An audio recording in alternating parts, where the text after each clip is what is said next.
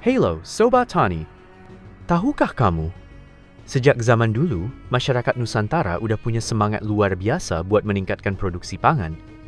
Mereka sadar, pangan itu bukan cuma soal makan, tapi soal hidup, soal masa depan. Sejarah mencatat, di abad ke-11, Raja Erlangga pernah memerintahkan rakyatnya membangun bendungan di Kali Brantas. Tujuannya, bukan cuma buat mencegah banjir, tapi juga untuk mengairi lahan-lahan pertanian supaya hasil panen makin melimpah. Udah mikirin irigasi sejak dulu. Keren banget ya. Lanjut ke masa Kesultanan Mataram, di bawah pimpinan Sultan Agung, sebagian rakyat diperintahkan buat membuka sawah baru di barat Pulau Jawa yang sekarang kita kenal sebagai Karawang dan Bekasi.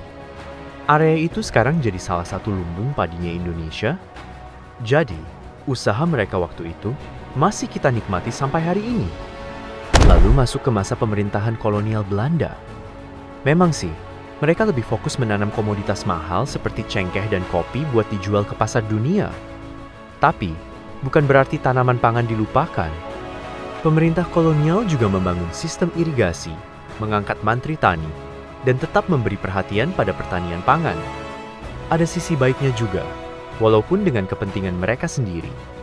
Nah, setelah Indonesia merdeka, fokus pemerintah makin jelas. Pangan adalah prioritas.